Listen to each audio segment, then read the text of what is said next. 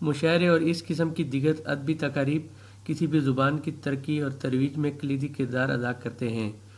Daily دستک international کے زیر اہتمام ہالینڈ کے شہر امسٹرڈیم میں ایک خوبصورت مشاعرے کا اہتمام کیا گیا، جس میں پاکستانی کمیونٹی کی کثیر تعداد نے شرکت کی۔ اس مشاعرے میں مقامی شعراء کے علاوہ دیگر یورپی ممالک میں مقیم اردو کے نامور شعراء نے بھی شرکت کی۔ نظامت کے فرائض ڈیلی دستک کے چیف ایڈیٹر جناب سید ارشاد قمر صاحب نے ادا کیے۔ جن شعراء نے اپنے کلام سے حاضرین کو محظوظ کیا، ان میں ہالینڈ سے عدیل شاکر، پرویز اقبال اور سید ارشاد قمر، سوئٹزرلینڈ سے شاہین کاظمی، بیلجیم سے عمران ثاقب، ناروے سے جمشید مسرور اور جواد شیخ، جبکہ یوکے سے جمیل الرحمان اور یش تمنا شامل ہیں۔